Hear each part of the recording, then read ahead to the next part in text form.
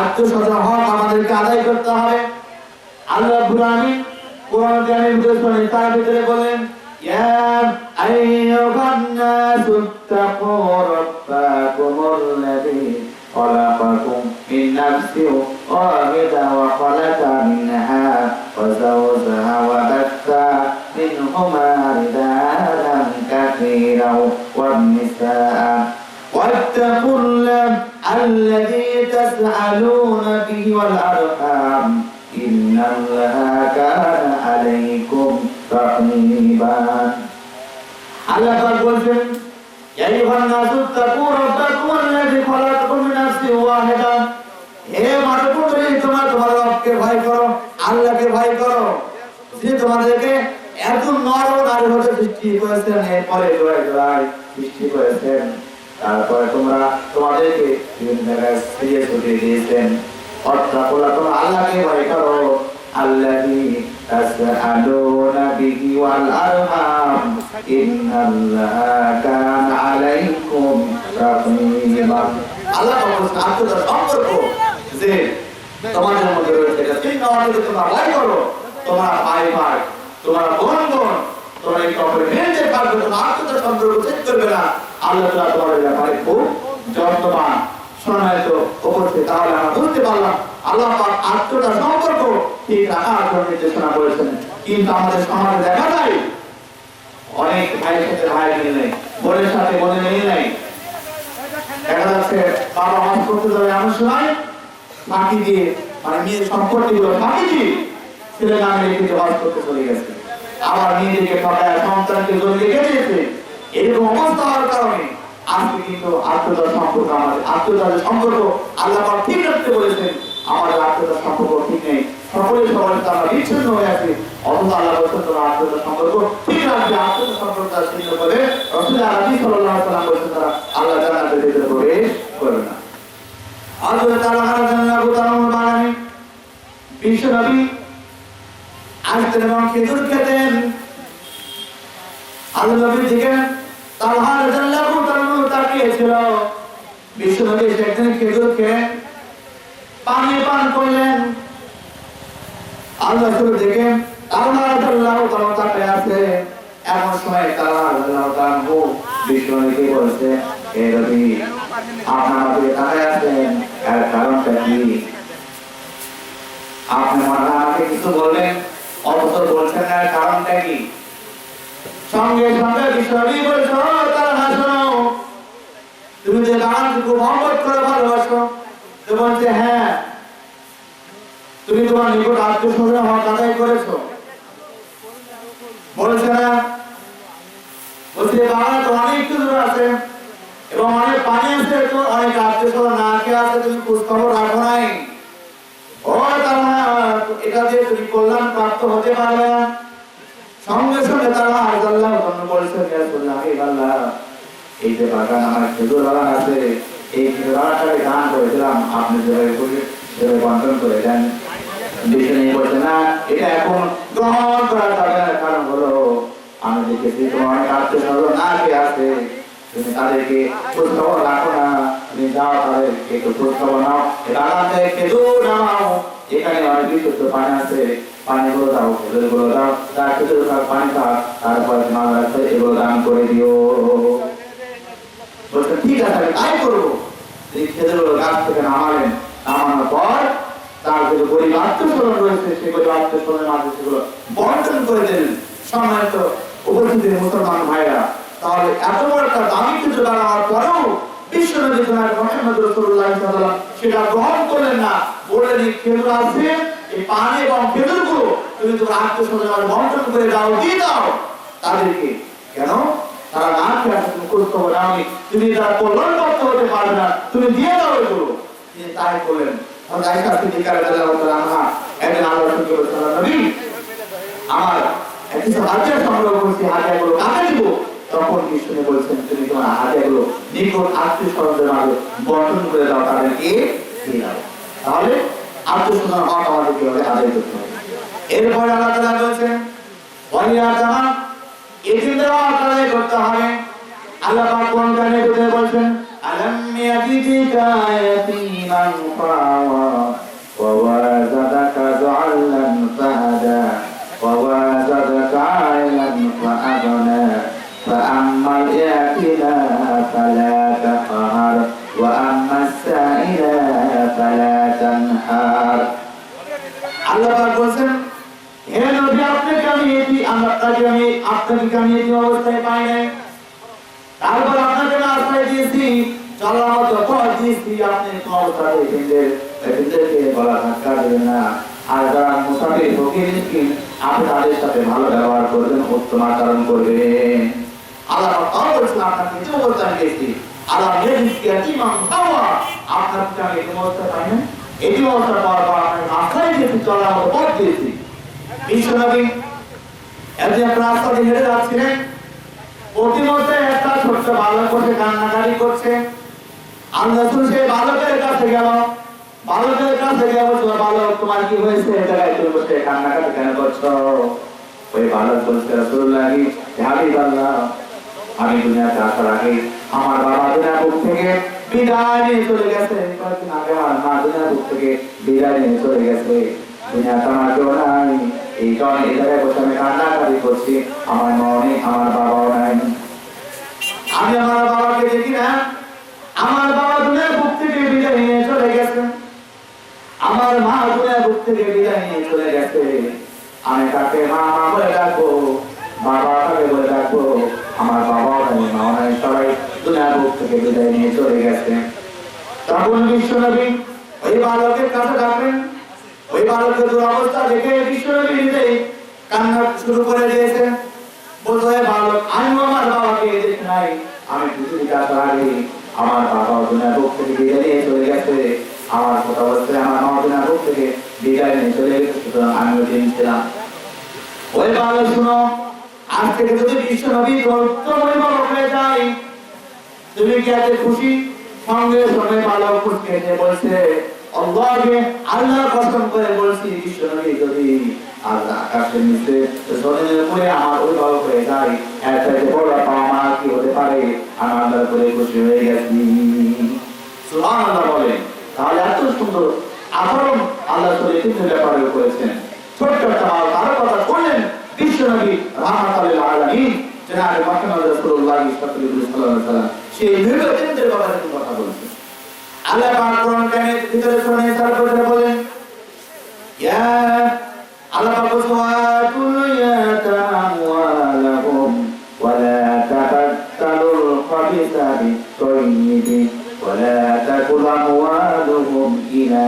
আমওয়ালিকুম ইন্নাহু কানা হুবান কাবীরা আল্লাহ পাক বলেন তোমরা ওয়াকুল ইয়াতাম আমওয়ালাহুম তুমি এতিমদের সম্পদ দিয়ে দাও ওয়ালা তাবাদদালুল খাবিসা বিত-তাইয়্যিবি ওয়ালা তাকুল আমওয়ালুহুম ইলা আমওয়ালিকুম এতিমদের ভালোবাসার সাথে তোমার মাল মিশ্রিত করে তুমি কাজ করবে না আল্লাহ পাক বলেন ইন্নাহু কানা হুবান কাবীরা এটাই বড়ই পাপ আল্লাহ পাক বলেন এটা বড় পাপ তোমার কাছে এতিম আছে এতিমের ভালো সম্পদ আছে কিন্তু এতিমের ভালো সম্পদ আর তোমার খারাপ সম্পদ তোমার ভালো খারাপ সম্পদ এতিমকে দিলে আর এতিমের ভালো সম্পদ যদি মিলে দিলে আল্লাহ পাক সেটা খাওয়ার জন্য এটা হারাম এরকম যারা কাজ করেন আল্লাহ তাআলা কোরআন কারিমের ভিতরে বলেন ইন্নাল্লাযীনা ইয়াকুলুনা আমওয়ালাল ইয়াতামা যুলমান ইন্নামা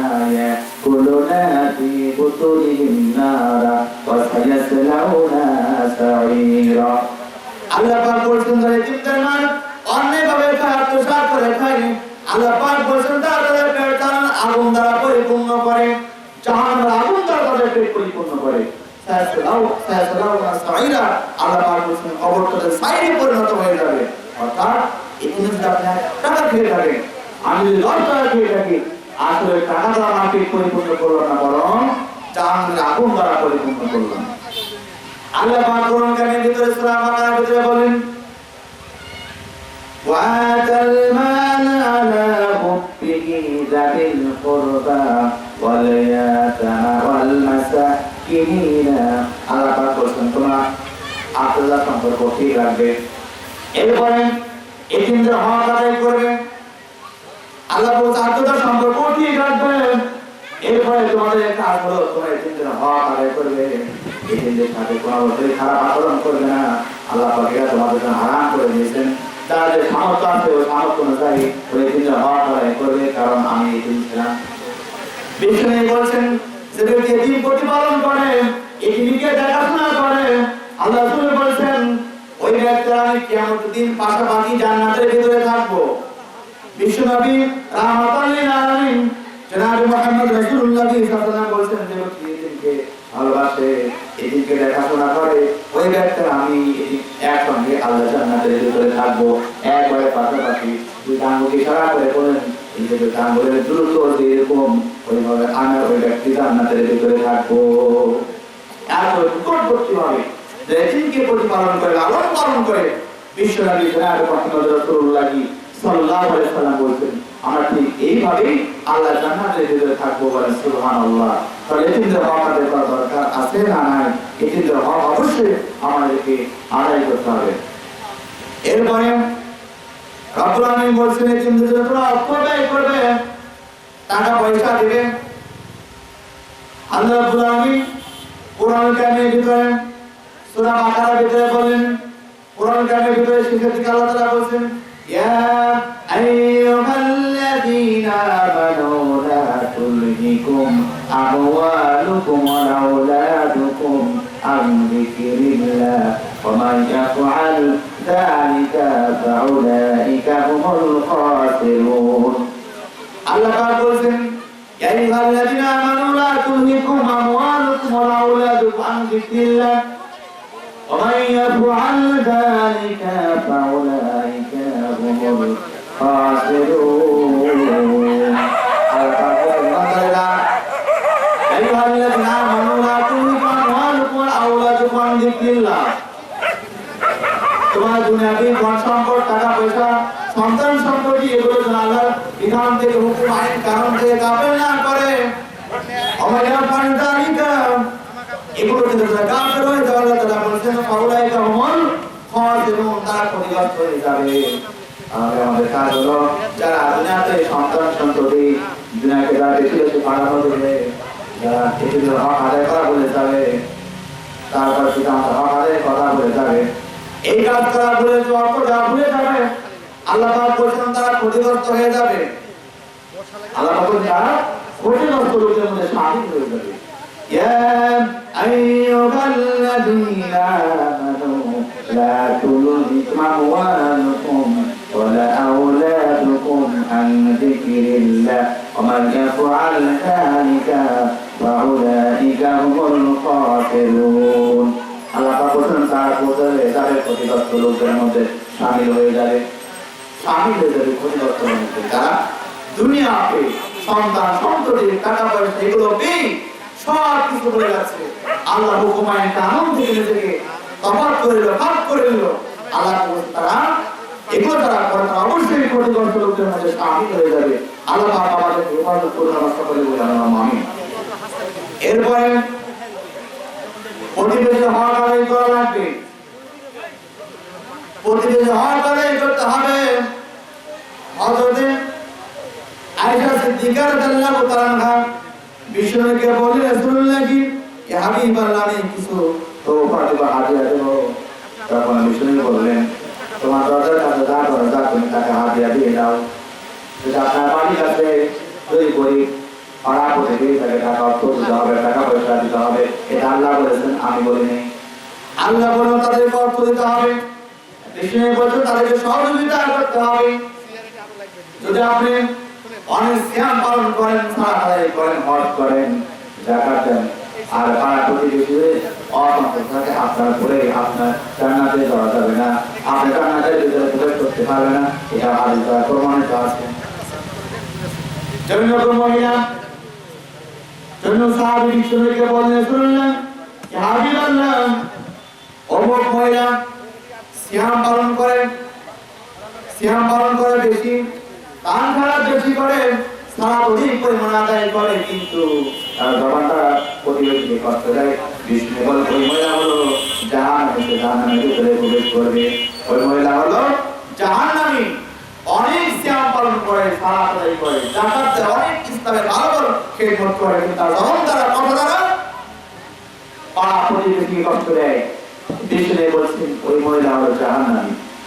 এবার আরো কোন মহিলার ব্যাপারে বলা হলো, রাসূলুল্লাহ হাবিবাল্লাহ অমুক মহিলা কম ইসলাম পালন করে, কম ইবাদত করে, কিন্তু তার কথা দ্বারা পাড়া প্রতিবেশীকে কষ্ট দেয় না। তখন সাইয়্যিদানা আলিয়ানা জনাবে মুহাম্মদ রাসূলুল্লাহ সাল্লাল্লাহু আলাইহি সাল্লাম বলেন ওই মহিলা হলো জান্নাতি জান্নাতি জান্নাতি, বলে সুবহানাল্লাহ। তাহলে আমার ইবাদত তো অনেক হয়ে থাকে, আমার জবান দ্বারা, লিসান দ্বারা, কথা দ্বারা আমার পাড়া প্রতিবেশী যদি কষ্ট পায় তাহলে জান্নাতে যাওয়ার জন্য কঠিন হয়ে যাবে। আর ইবাদতের পরিমাণ যদি কম হয়, আমার কথা দ্বারা, আমার ভাষা দ্বারা যদি আমার পাড়া প্রতিবেশী কষ্ট না পায়, আমার একটু সন্তুষ্ট থাকে, তাহলে আমি জান্নাতে যেতে পারবো। আর আমি সৎ ইবাদত করেও আমার কথা দ্বারা, আমার ভাষা দ্বারা আমার পাড়া প্রতিবেশী অসন্তুষ্ট, আমি অনেক ইবাদত করি, কিন্তু আমার জান্নাতে যাওয়া যাবে না। এইভাবে করেন আত্মীয় স্বজনের হওয়ার কথাই করতে হবে।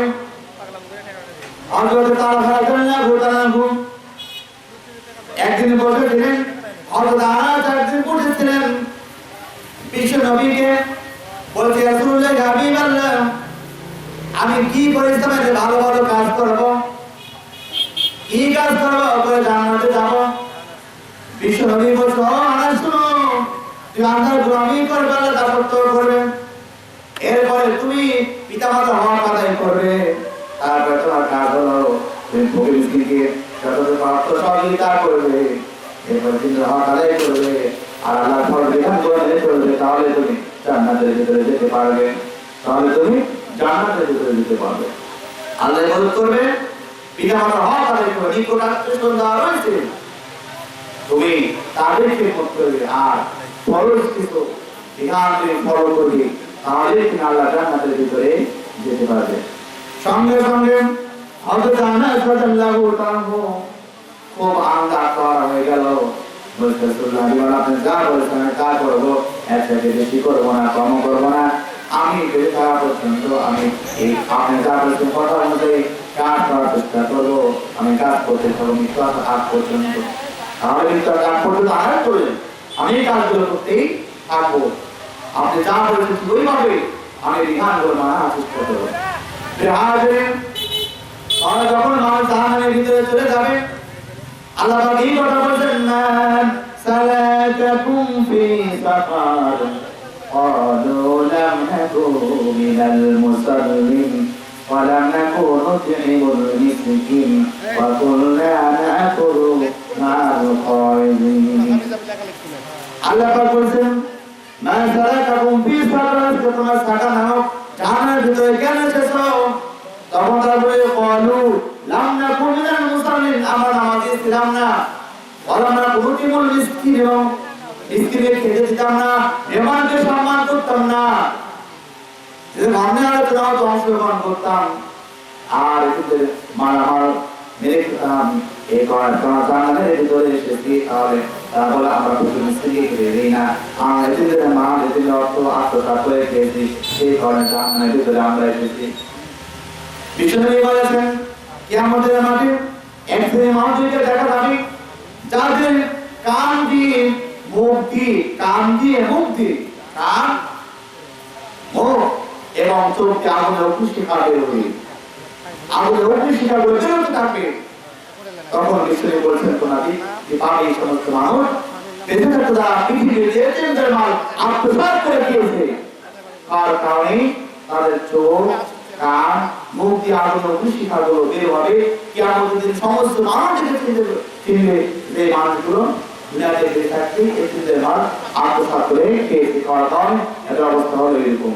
আল্লাহ পাক আমাদেরকে হেফাজত করুন বলে আমি এই কাজগুলো যারা তারাই করবে, যারা নিজেকে মুমিন হিসেবে দাবি করে, যারা মুত্তাকিন হিসেবে দাবি করে, তারাই এই কাজগুলো করে, আল্লাহ তারাই করবে। তারপরে পিতা মাতার হওয়া কাজাই করবে, নিকট আত্মীয় স্বজন, এতিম ফকির মিসকিন নিকট আত্মীয় স্বজন, দূরবর্তী আত্মীয় স্বজন, আর অধীনস্থ কর্মচারী যারা থাকে তাদের সাথে ভালো ব্যবহার করবে, মানে তাদের ওই সমস্ত মানুষের এই কাজগুলো করবে।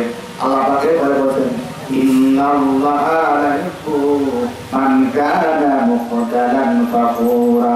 আল্লাহ পাক বলেন আল্লাহ তাআলা অহংকারীকে ভালোবাসেন না। যারা অহংকারী দুনিয়াতে দামে কথা চলাফেরা করে আল্লাহ পাক তাদেরকে ভালোবাসেন না। ইন্নাল্লাহা লা ইউহিব্বু মান কানা মুখতালান ফাখুরা। আল্লাহ পাক বলেন অহংকারীকে দামে অহংকারীকে আল্লাহ তাআলা পছন্দ করেন না। কিয়ামতের দিন বিষ্ণু বলেছেন وعن ابي هريره رضي الله عنه قال قال رسول الله صلى الله عليه وسلم ثلاثه لا يكلمهم الله يوم القيامه قال يوم ينزلون ولا ما جاءهم عليه কিয়ামতের দিন আল্লাহ পাক তিন ব্যক্তির সাথে কথা বলবেন না, তাদেরকে পবিত্র করবেন না। ثلاثه لا يكلمهم الله يوم القيامه ولا يزكيهم ولا ينظر اليهم ولا لهم عذاب عليم। কিয়ামতের মাঠে আল্লাহ পাক তিন শ্রেণীর ব্যক্তির সাথে কথা বলবেন না, তার দিকে তাকাবেন না। তাদের জন্য রয়েছে শাস্তি। এক নম্বর হলো সাইকুন জান বিদ্যার জেনাকার। দুই নম্বর ওয়ামালিকুন কাযাবুন মিথ্যাবাদী শাসক। তিন ওয়াইল মুস্তাকবিরুন গরীব অহংকারী। যারা গরীব মানুষ অহংকার করে চলাফেরা করে কিংবা ধনী হোক, এই ধরনের ব্যক্তির সাথে কিয়ামতের মাঠে আল্লাহ কথা বলবেন না, তাদের দিকে তাকাবেন না। আল্লাহ পাক দাম্ভিক অহংকারীকে পছন্দ করেন না। যারা অহংকারের সাথে পৃথিবীতে চলাফেরা করে, যদি আপনার অহংকার থাকে রিয়া থাকে, তাহলে তো আপনি পিতা মাতার হওয়া দেখতে পারবেন।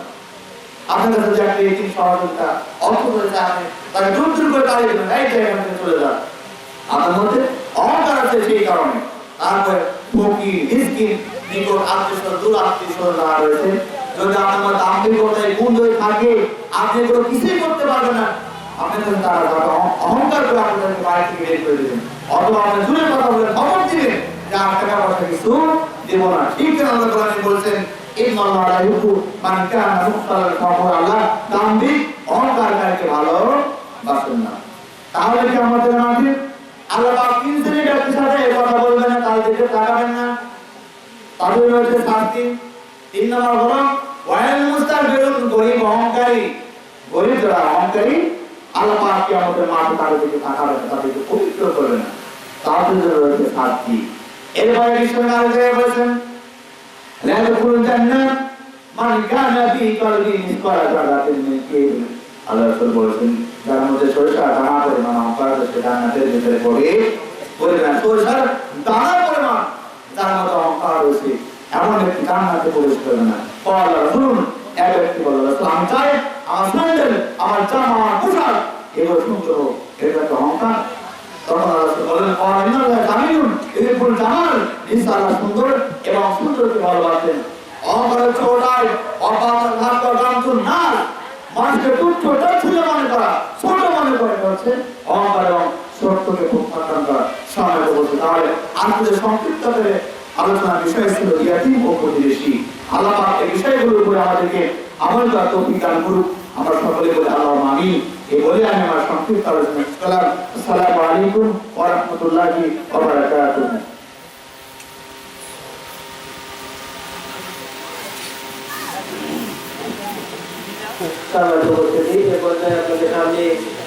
আলোচনা নিয়ে আসার জন্য আমি সবাই অনুরোধ করছি আমাদের বিজ্ঞাপন ঘোষিত বক্তা জনাব হযরত মাওলানা মোহাম্মদ হাফিজুর রহমান জিহাদি, জনাব হযরত মাওলানা মোহাম্মদ হাফিজুর রহমান জিহাদি, সহকারী শিক্ষক কোটালীপাড়া ও হাসানাবাদ দাখিল মাদ্রাসা।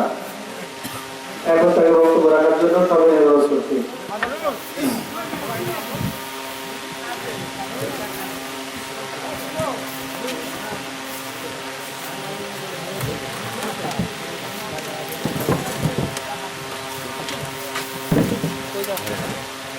আর ভিডিও হবে না।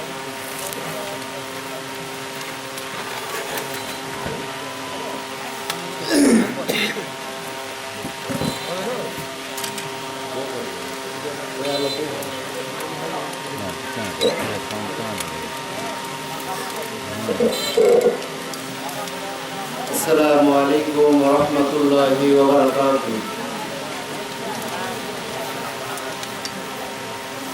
نحمده ونستعينه ونستغفره ونعوذ بالله من شرور أنفسنا ومن